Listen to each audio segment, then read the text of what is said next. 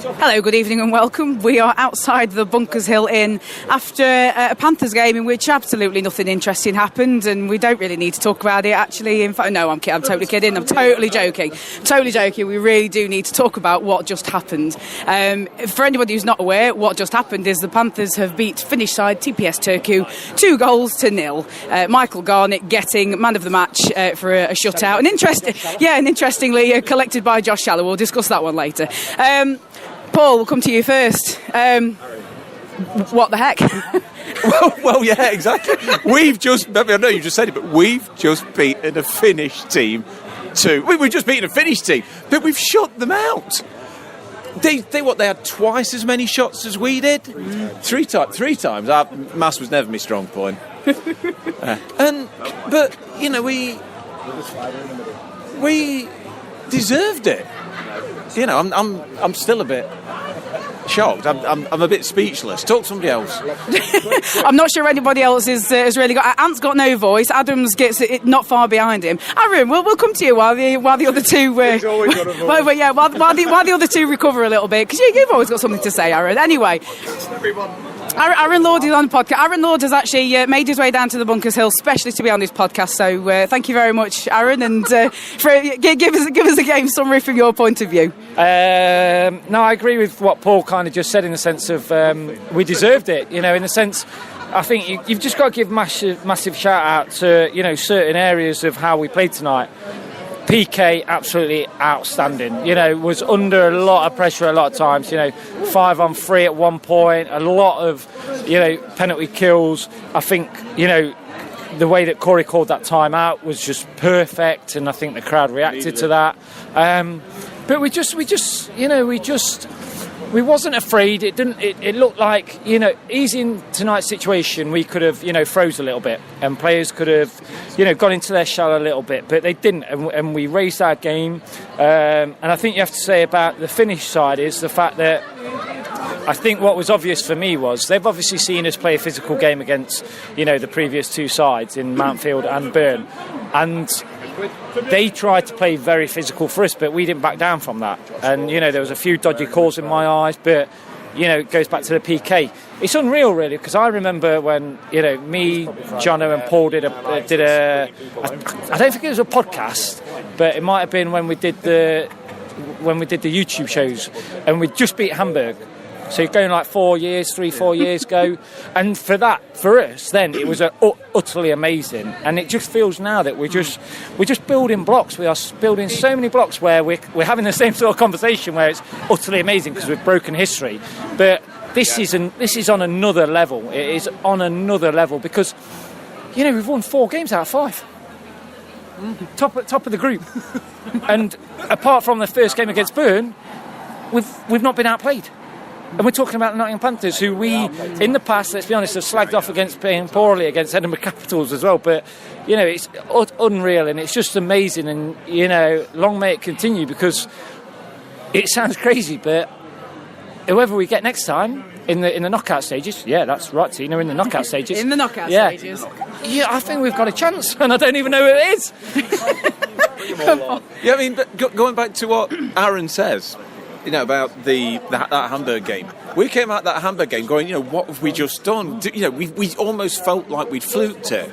Yeah.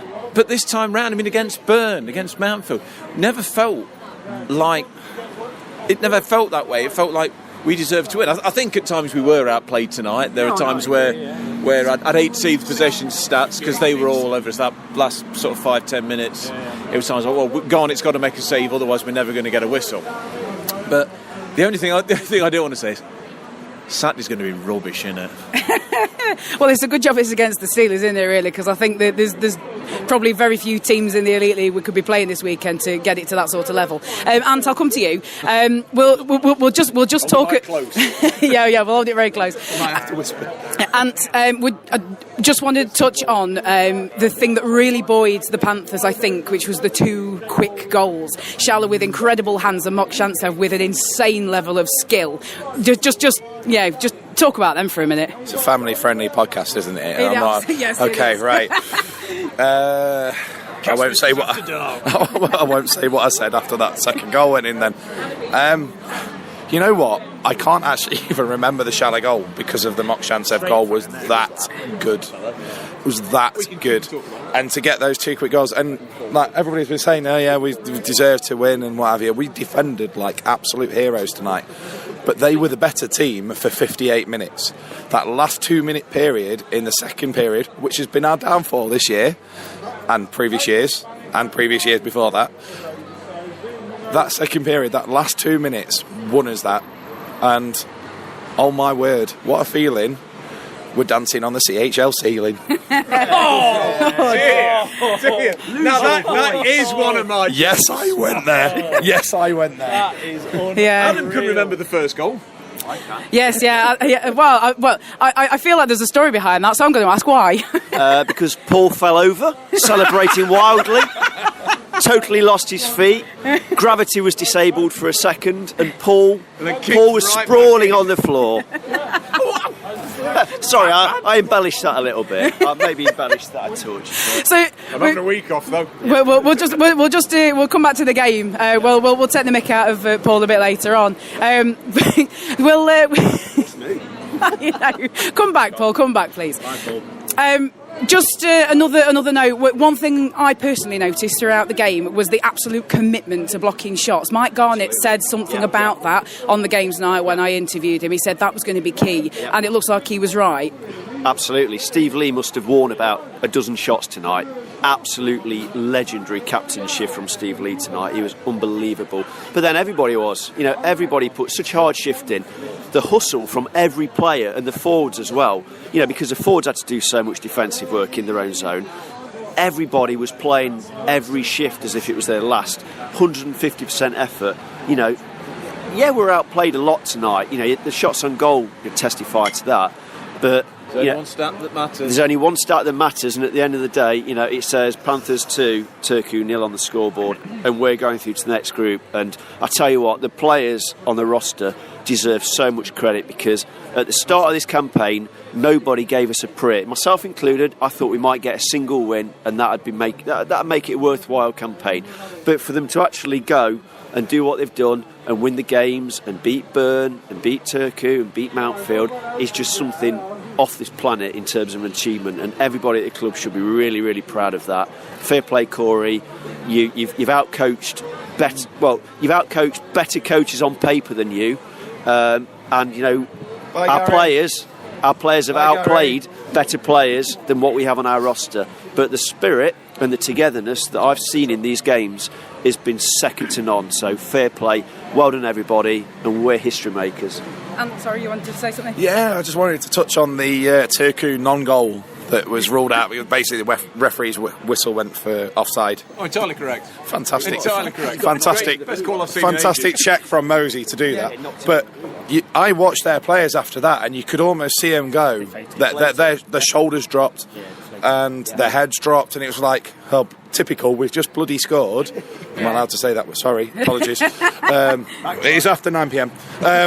We just scored, and yet it doesn't count. And that at that moment, that was almost that moment for me when I went, my word, we can do this. We can actually do this. Yeah, now for me, with 11 seconds left. Now, for me, I mean, when we see a replay, we may very well, you know, have a different view on it of that offside call. But for me, that's the most important call that Danny Beresford made all night. Thank you very much. So, just as a final word, then, chaps, I'm just going to sort of go around the group. Just pick out. I know there's been a monumental team effort tonight. Just pick out a player that you think just deserves a special mention from your point of view. So, it's not going to be anybody else but Garnett. Tonight, he was superb, absolutely superb. And don't get me wrong, everybody else on that team deserves all the accolades that are going to come their way. However, Garnett tonight was absolutely magnificent. It was like a wall of Garnett. Yeah. Oh, awesome. The wall of Garnet. Right, okay, Aaron.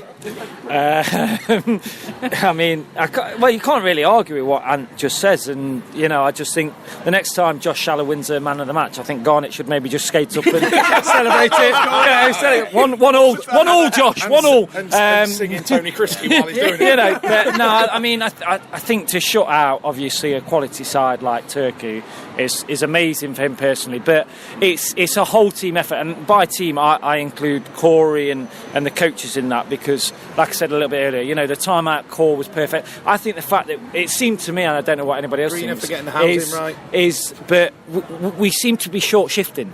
Which energy wise I thought was bang on, and I think from a coaching point as well, so for me, I'm not going to say anybody, I'm just going to say the Panthers. You're such a cop out.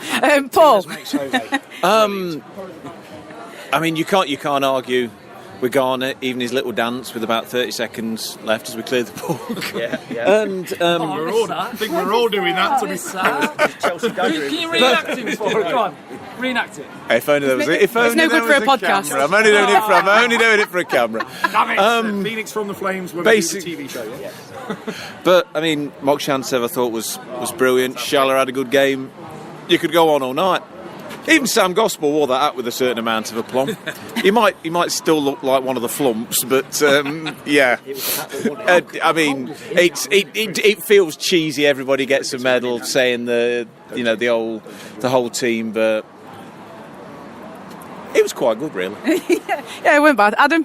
Well, Aaron's gone for the whole team. Paul and Ant have gone for Garnet.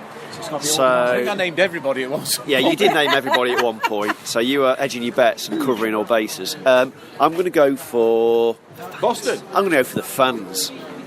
What an assist there, Aaron. What an assist. Adam Reddish. The fans tonight were absolutely unreal. For a midweek game and an early face-off, I thought the crowd was absolutely brilliant. They were like the sixth skater. It was the hardcore. They were the sixth skater. It's the ones who want to be there night in, night out. It's the ones who aren't there just for.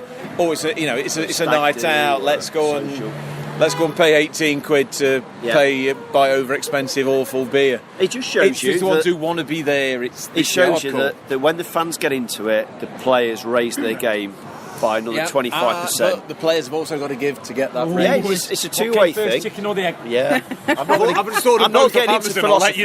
It's too late for philosophy. Let's put it this way. It's too early. You could get a ticket for that game for a tenner. Yeah. Are you going to spend a better tenner than watching that? No. And on that bombshell, I think we will leave it there. No. You don't get out of this without actually saying your thoughts on the game and your man of the match, Tina, just because you're presenting. Now we're all going. Hi, Tina Taylor. Tina Taylor, what's your thoughts on the match this evening? I feel like there's been a little bit of treason going on here. My thoughts on the match this evening. Okay, that's enough of that. Thank you. Yeah, and on that bombshell, we'll leave it there. I will save my thoughts for next Monday. Yes, we will be back next Monday for a podcast, and we will definitely be talking all of this over again. We're having a laugh. And also, don't forget that Ask TCW this week is moving to Thursday. So we will be at the usual time of 8:45 for Ask TCW. Please join us then. Thank you very much, and cheerio. See you Thursday. Bye. Say bye, everybody. Bye, Bye, everybody.